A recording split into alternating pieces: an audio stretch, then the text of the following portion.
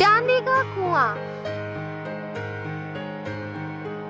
एक बार एक ठग व्यापारी का वेश बनाकर किसी गांव में पहुंचा। उसने दिन भर इधर उधर घूमकर अपना समय बिताया। रात होने पर वह एक किसान के घर पहुंचा। उसने अपने को राहगीर बताकर वहां रात गुजारने के लिए जगह मांगी। किसान सीधा साधा और दयालु था। उसने व्यापारी को अपने घर ठहरा लिया, उसे प्रेम से खिलाया पिलाया।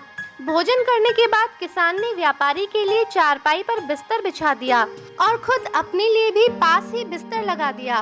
व्यापारी लेटे लेटे किसान से बातें करने लगा। उसने किसान से पूछा, भैया, बस्ती के बाहर पीपल के पास जो कुआं है उसके बारे में कुछ जानते हो? किसान ने कहा, हाँ, पीपल के पास एक कुआं है। वह टूटा फूटा है तथा उसके पानी में भी कीड़े पड़ गए हैं। गांव वाले उसका पानी कभी नहीं पीते। व्यापारी ने अपनी आवाज को कुछ धीमा करते हुए कहा, तुम जानते हो, वह चांदी का कुआं है, उसका मालिक मैं ही हूँ। किसान ने चौंक कर कहा, कैसी बात करते हैं आप? कुआं भी भला चांदी का होता है? व्यापारी ने कहा, मैं स्वयं इस कुएं के बारे में कोई जानकारी नहीं रखता था, लेकिन एक माह पूर्व जब मैंने अचानक दादाजी की अलमारी खोली तो अन्य पुराने सामानों के साथ मुझे एक कागज भी मिला। उसमें उस कुएं के बारे में सारी जानकारी लिखी हुई थी। मैं आज वहां आया और कुएं में बाल्टी डाली। बाहर निकालने पर देखा कि गंदे पानी के साथ 2-3 चांदी के गहने भी बाल्टी में आ गए। अपनी बात का विश्वास दिलाने के लिए व्यापारी ने चांदी के गहने निकालकर किसान को दिखाए। गहने देखकर किसान को व्यापारी की बात पर विश्वास हो गया और वह बोला, तब तो सचमुच बड़े भाग्यवान हैं आप। व्यापारी को तो इसी अवसर की तलाश थी। वह बोला, मुझे धन का लालच नहीं, मगर मैं रहता हूँ दूर शहर में। यह कुआं बेचने के लिए मैं यहाँ आया हूँ। सोचता हूँ तुम भले आदमी हो, क्यों ना तुम्हें ही बेच दूँ। भोला भाला किसान व्यापारी की चिकनी चुपड़ी बातों में बड़ी आसानी से आ गया। वह व्यापारी से चांदी का कुआं 2000 रुपए में खरीदने को तैयार हो गया। किसान अपनी पत्नी के पास गया और सारी बात बताकर उसने 2000 रुपए मांगे। किसान की पत्नी चतुर थी। उसने पति से कहा, देखो, मुझे तो इन बातों पर यकीन नहीं हो रहा है। तुम पहले रामू काका के पास जाकर सलाह ले लो, वह जैसा कहेंगे वैसा ही हम करेंगे।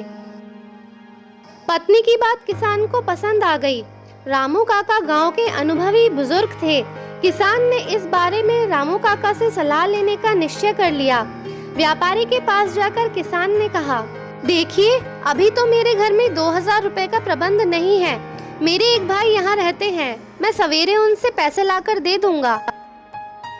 व्यापारी ने कहा, अच्छी बात है, लेकिन ध्यान रखना, गांव में किसी को यह बात पता न चले, वरना सब मेरे पीछे पड़ जाएंगे। सवेरा होने पर किसान भाई से रुपए लेने के बहाने रामू काका के पास गया और उन्हें सारी बात विस्तार से बताई। रामू काका बोले, देखो, आज मैं इतना बूढ़ा हो चला हूँ, लेकिन मैंने आज तक चांदी के कुएं के बारे में कभी नहीं सुना। तुम ऐसा करो, उस व्यापारी से जाकर कहो कि मेरे भाई ने कहा है कि लिखा पढ़ी होगी तो 2000 रुपए दूंगा और बिना लिखा पढ़ी के 1000 रुपए दूंगा। यदि कुआं वास्तव में चांदी का होगा तो वह लिखा पढ़ी के लिए तैयार हो जाएगा, नहीं तो वह 1000 रुपए में ही मान जाएगा। रामू काका से विदा लेकर किसान अपने घर पहुंचा और व्यापारी से बोला, मेरे भाई ने कहा है कि यदि आप लिखा पढ़ी करने को तैयार हैं तो 2000 रुपए दूंगा, वरना आप बिना लिखा पढ़ी के 1000 रुपए ले लेना। व्यापारी के वेश में ठग किसी तरह से जल्दी रुपए लेकर जाना चाहता था। वह बोला, भाई, तुम बड़े भले आदमी हो, तुमसे क्या लिखा पढ़ी करना, लाओ 1000 रुपए ही दे दो बस। अब समझने को भला क्या रह गया था। किसान को समझ में आ गया कि वह व्यापारी के वेश में ठग है। रुपए लेने के लिए अंदर जाने के बहाने वह पड़ोस से 4-5 आदमियों को बुला लाया। उन्होंने उस ठग की जमकर पिटाई की। पिटाई हुई तो ठग ने असली बात बता दी। गांव वालों ने उसे पकड़कर पुलिस के हवाले कर दिया।